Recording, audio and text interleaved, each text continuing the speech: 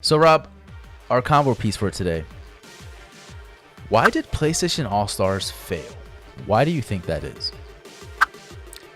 I feel like it had all the right pieces, and I was definitely invested in that game. And I think there was a decent amount of hype when it came out. I remember me and you were playing it all the time. There was a lot of emphasis on team battles, I feel like, versus 1v1s. Right, I think there was more team battles than 1v1s. I don't know if 1v1s was like a big thing then. They didn't have like a final destination map where it was just like you and a person. And the way they did how you killed people was basically, or how'd you finish your opponent, was you didn't really necessarily knock them off the stage. You had to destroy them with your one of your ultimate abilities, and that was kind of funky. It was cool because you got it off. But at the same time, it's like, and that leads actually to my next point, is that game became broken as fuck. I think that's like number one reason why people stopped playing, because they never updated it. They didn't fix those issues, and then it became this broken mess. And then people were like, all right, I'm not touching that anymore. Balance. Spot on. You nailed it. I think the main reason why this game failed was because of the mechanic they chose to essentially kill people or kill players in the game. That mechanic where you have to level up to a certain, like they had like level 1, level 2, level 3 finishers, right? And for you to finish off a character with your like finisher, just it didn't hit as much as what Smash was doing. Don't get me wrong, there were some hype moments where like the person's about to use their finisher, you had to like dodge them and stuff like that. Like that was cool, but it all came out to that. It came up to that point.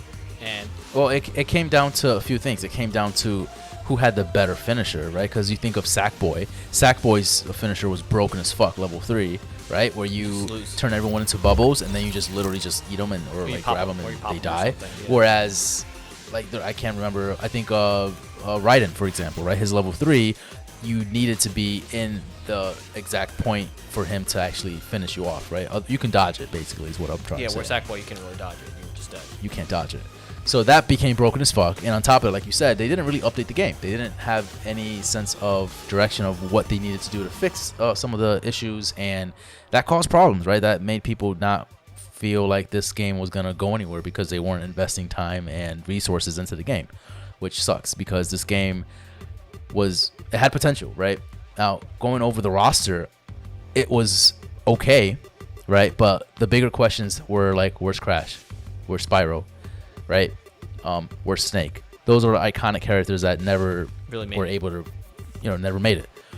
We got DMC Dante, which he's cool. A lot of people hate him, but obviously we want the OG Dante. Right? But again, they were promoting DMC at the time. Exactly. So. And that was a problem. It felt like more of a promotional, like kind of like propaganda, right? Instead of like an actual game that actually needed to be bringing the audience in that they wanted to bring. Which is what Super Smash Brothers is in essence, right? It's just like they're trying to, but it's not. It doesn't feel as forced on you as PlayStation All Stars did it, right? PlayStation All Stars was like, play these people's games because that's why we came up with this game. Where Smash Bros. Like, here's a cool fighting game with like they're all fighting against each other, and if you want, you can check out their games, right? But PlayStation was very forceful about it. Yeah. So that was the main issue. I feel like that caused this game to really not succeed well. Looking back, so this game came out in November 2012. Back then, there were a shit ton of games that came out that month. And I'm not sure if that was probably one of another reason why it didn't do well, but we have the likes of, just to name a few, Mass Effect Trilogy, Halo 4, Assassin's Creed 3, Black Ops 2 came out. There was a few other ones here that I saw. Darksiders 2, which isn't anything crazy, but Ninja Gaiden 3. There's a few. Darksiders 2 has a special place in my heart, all right? So don't talk shit about Darksiders 2. Persona 4 Golden came out on Vita, which it came out on the Vita, but just to remind you, PlayStation All-Stars also came out for the Vita. So, again, that could have been something that caused the unsuccessful, part of All-Stars, but it's just unfortunate because we did like this game. We actually had a fun time playing it, and I just wish that they improved on a lot of the mechanics. I think the stages that they had I think that was a cool idea with kind of like blending in different universes with the stages. I think that was cool, but it just didn't smack. It didn't hit as well as Smash Brothers does for some reason. And that's the problem, right? It's like you can't do a platform fighter without comparing it to Smash Brothers because it is the perfect platform fighter, right? It's just the perfect platform fighter there ever was. And if you try to replicate it, you're just going to compare it to be like, it's not as good. So you have to come in, if you're going to do one, and you have to be better than Super Smash Brothers. How do you do that? That's the $1 million question. Well, for one, how to do that is if you're going to, in a sense, copy something, copy it. Like literally, if I'm going to look at your test, I'm going to full blown get all the answers. But you know what I mean? You look at Nickelodeon All-Stars, which looks like they're doing it. They're trying to copy exactly Super Smash Brothers in that sense. Is that game being successful right now? Is that Yes, it is.